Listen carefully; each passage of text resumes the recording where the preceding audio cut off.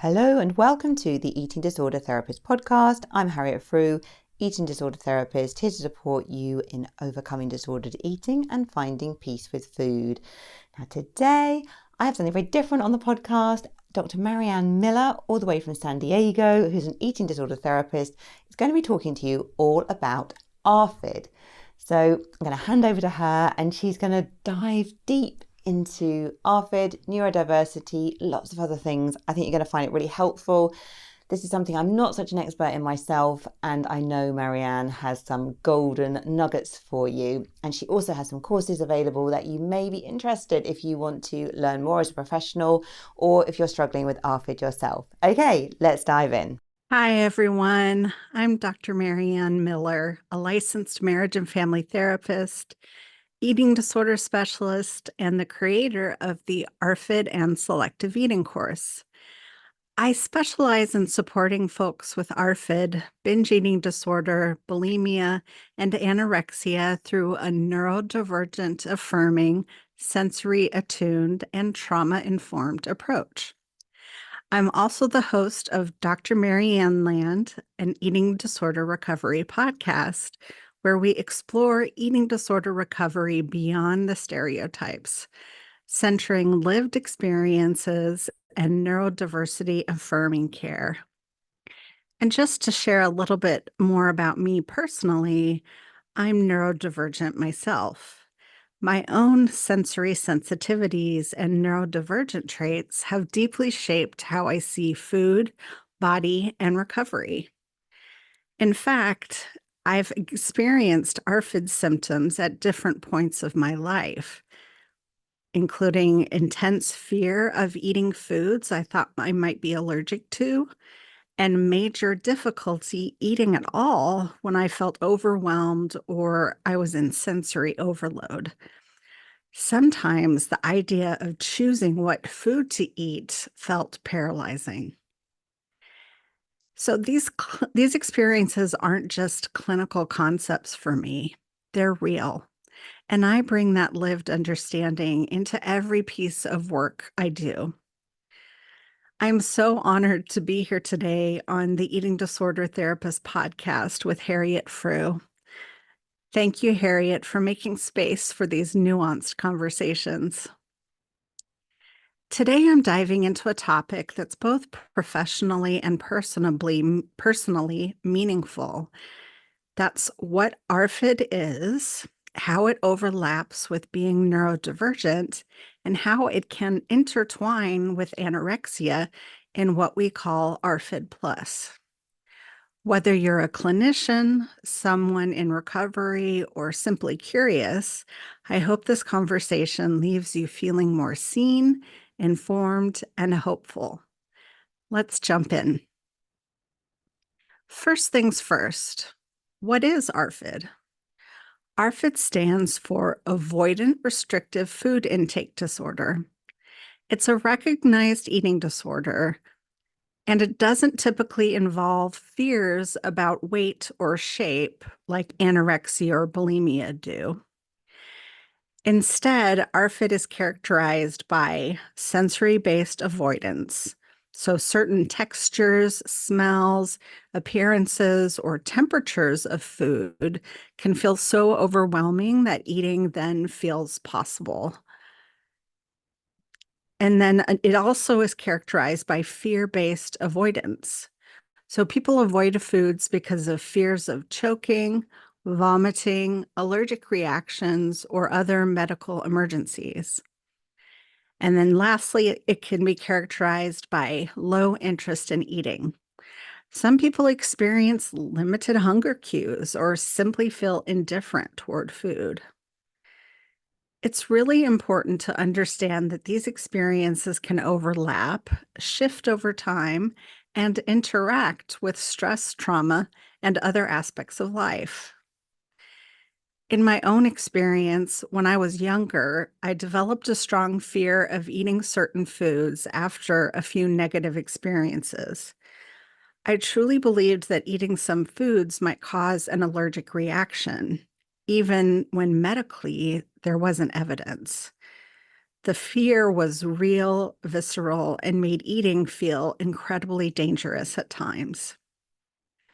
Later, especially when I felt overwhelmed or overstimulated, when the lights were too bright, sounds too loud, or my nervous system was overloaded, even the idea of choosing what food to eat felt paralyzing. And that's the thing.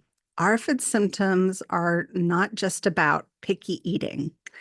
They're about the nervous system, trauma, and survival instincts kicking in.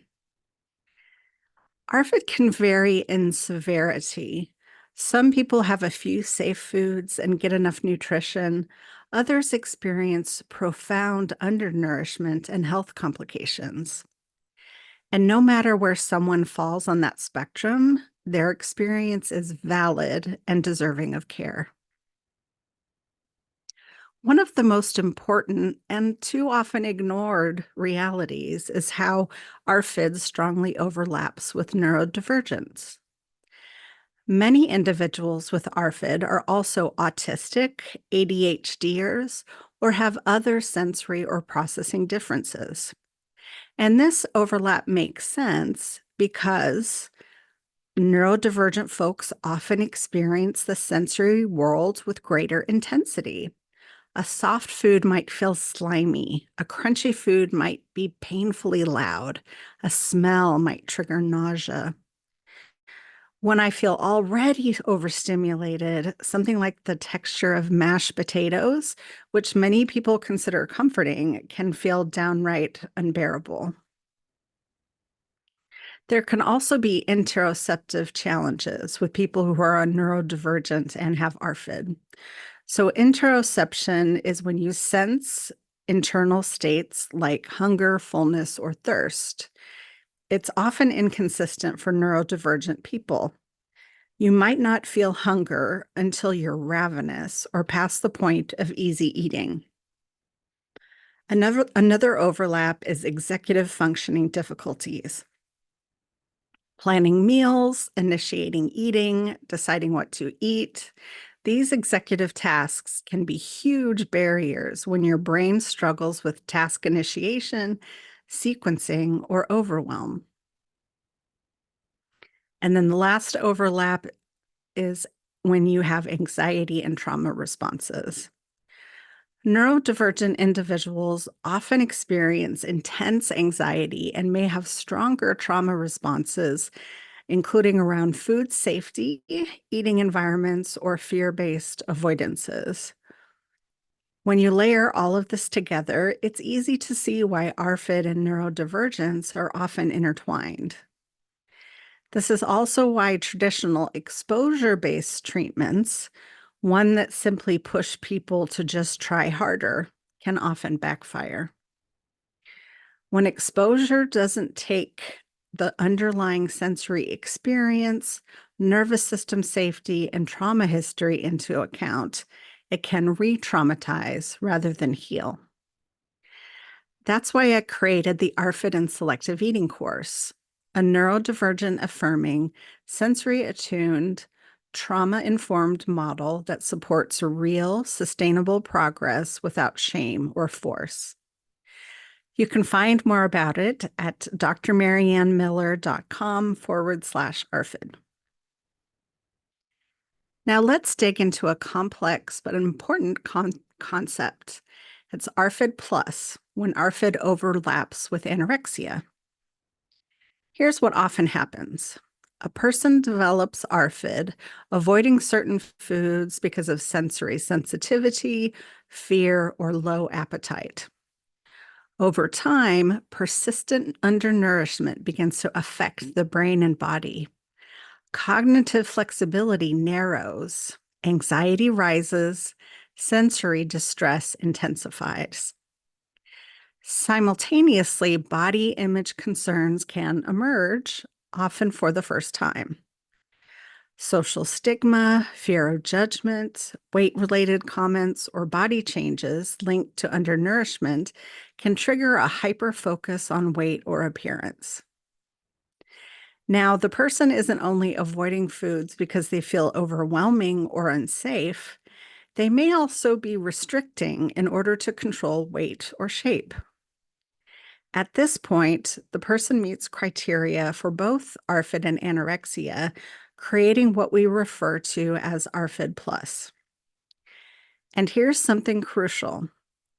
Undernourishment itself worsens everything. Sensory processing becomes even harder. Anxiety becomes more consuming. Cognitive rigidity locks in tighter. Emotional regulation becomes harder to access. The cycle becomes self-perpetuating. The worse the undernourishment, the harder eating becomes, both physically and emotionally. When we recognize ARFID Plus, we can offer the kind of layered, nuanced support that's actually needed, rather than trying to fit someone into a treatment model that just doesn't match their reality. Recovery from ARFID Plus isn't as simple as just refeeding or just expanding food variety. It's a much more complex process that needs to address multiple overlapping areas of struggle, all of which are deeply connected. Let's break down why. First, we have to focus on restoring nervous system safety. Nervous system regulation is foundational. When someone's brain and body have been living in a chronic state of fear, whether it's fear of choking, fear of vomiting, sensory overwhelm, or social fears around body changes, their system is primed for shutdown, fight, flight, or freeze responses. Recovery work has to start by helping the nervous system feel safer, more grounded, and less threatened. Without that safety, asking someone to eat new foods or engage with body image work can feel impossible and re-traumatizing. Another reason why is because we need to validate sensory needs. Sensory sensitivities are not something to be overcome through sheer force of will. For neurodivergent folks especially, sensory distress is real, profound, and often lifelong. Treatment must include finding sensory-safe foods, adapting food environments, and allowing sensory preferences to be honored, not pathologized.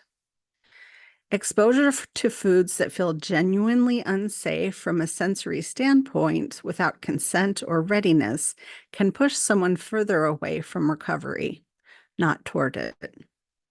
I have very, very strong sensory sensitivities, and I know it's something I've had since I was as young as I can remember, and I'm in my early 50s now, and it's not going away anytime soon. And it's something that has to be managed in folks like me, because if you don't address sensory needs, then really you can't address any changes, because when you are in sensory distress and you are completely overstimulated, being able to access higher level executive functioning is very difficult.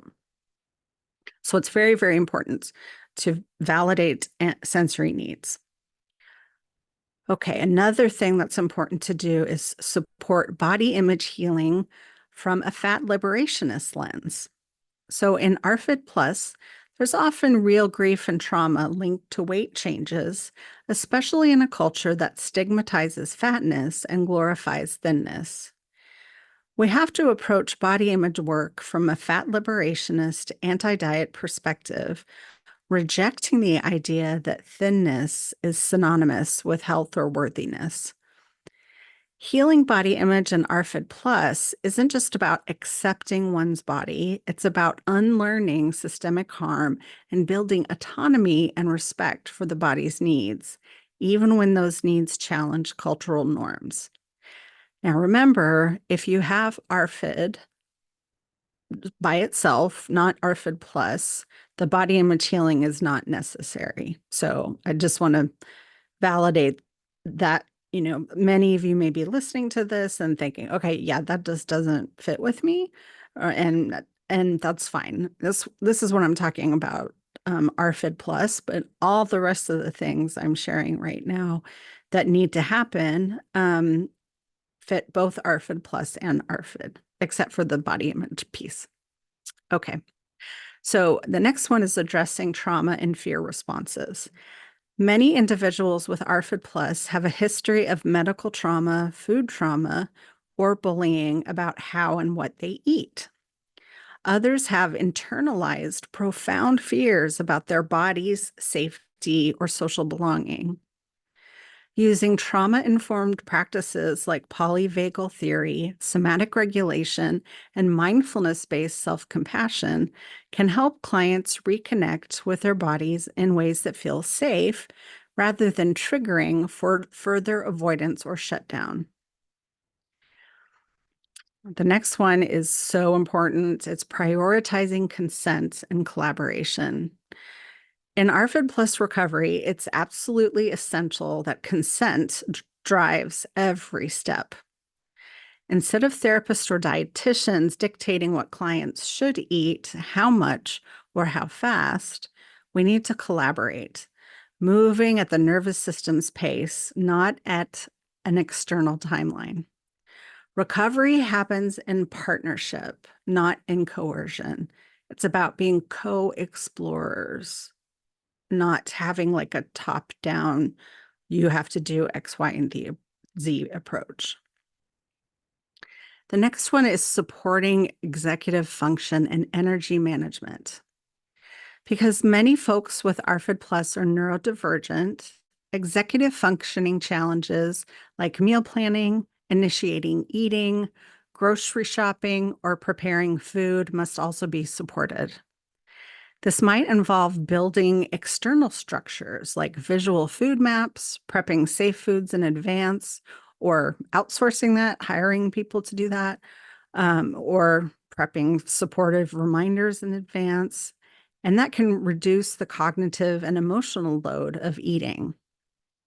When executive functioning is overlooked, it's easy to mistake exhaustion or overwhelm for lack of motivation, when really the issue is often energy depletion and processing overload. Finally, we must remember that recovery from both ARFID and ARFID plus is non-linear. Progress may look like expanding food variety and allowing sensory-safe foods to stay part of the rotation.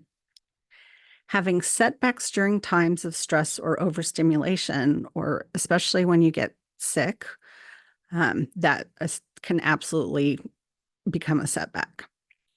And so seeing these setbacks as just data, as information, not a failure. It's seeing them as just neutral, not failing.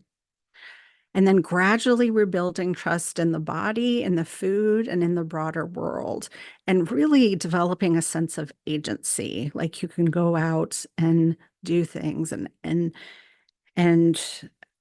explore the world that in a way that feels comfortable for you, and then explore foods eventually that feel comfortable for you.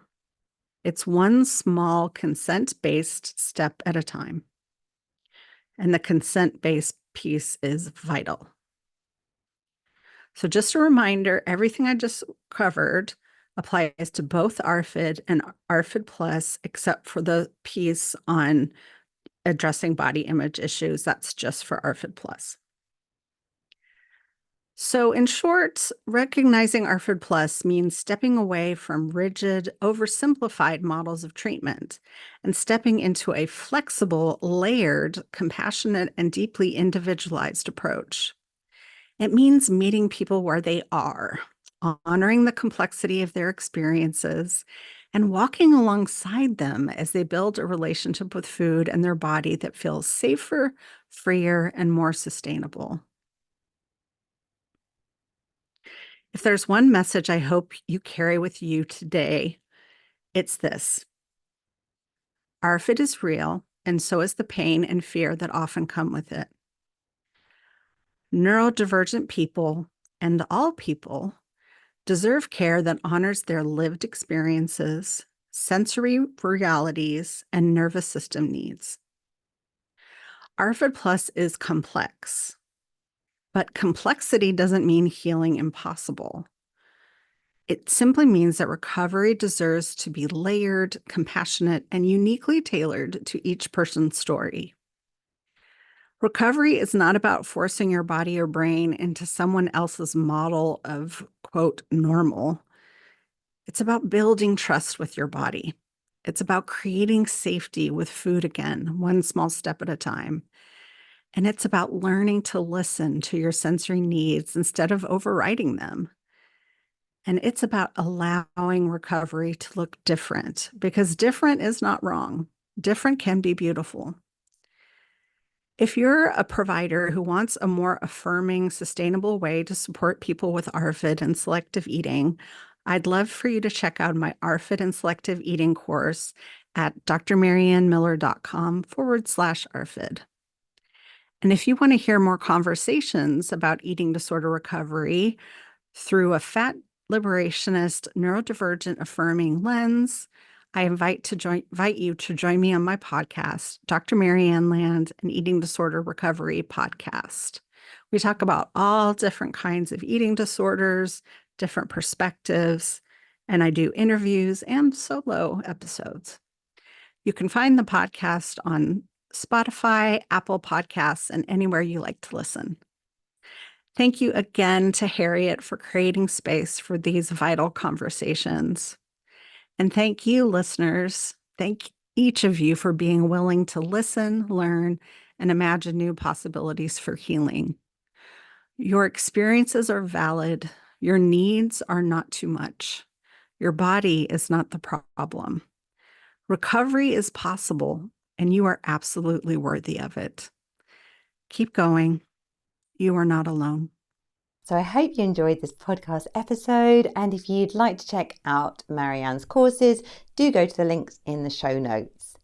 Okay, thank you so much for listening today. If you're not following me on Instagram, do seek me out at the Eating Disorder Therapist _. And for further support with your relationship with food, do go to the eatingdisordertherapist.co.uk. If you enjoy this podcast, I'll be so grateful if you'd follow, rate and review, as it helps it reach so many more listeners. Thank you so much for listening today, and I look forward to sharing another podcast episode with you very soon.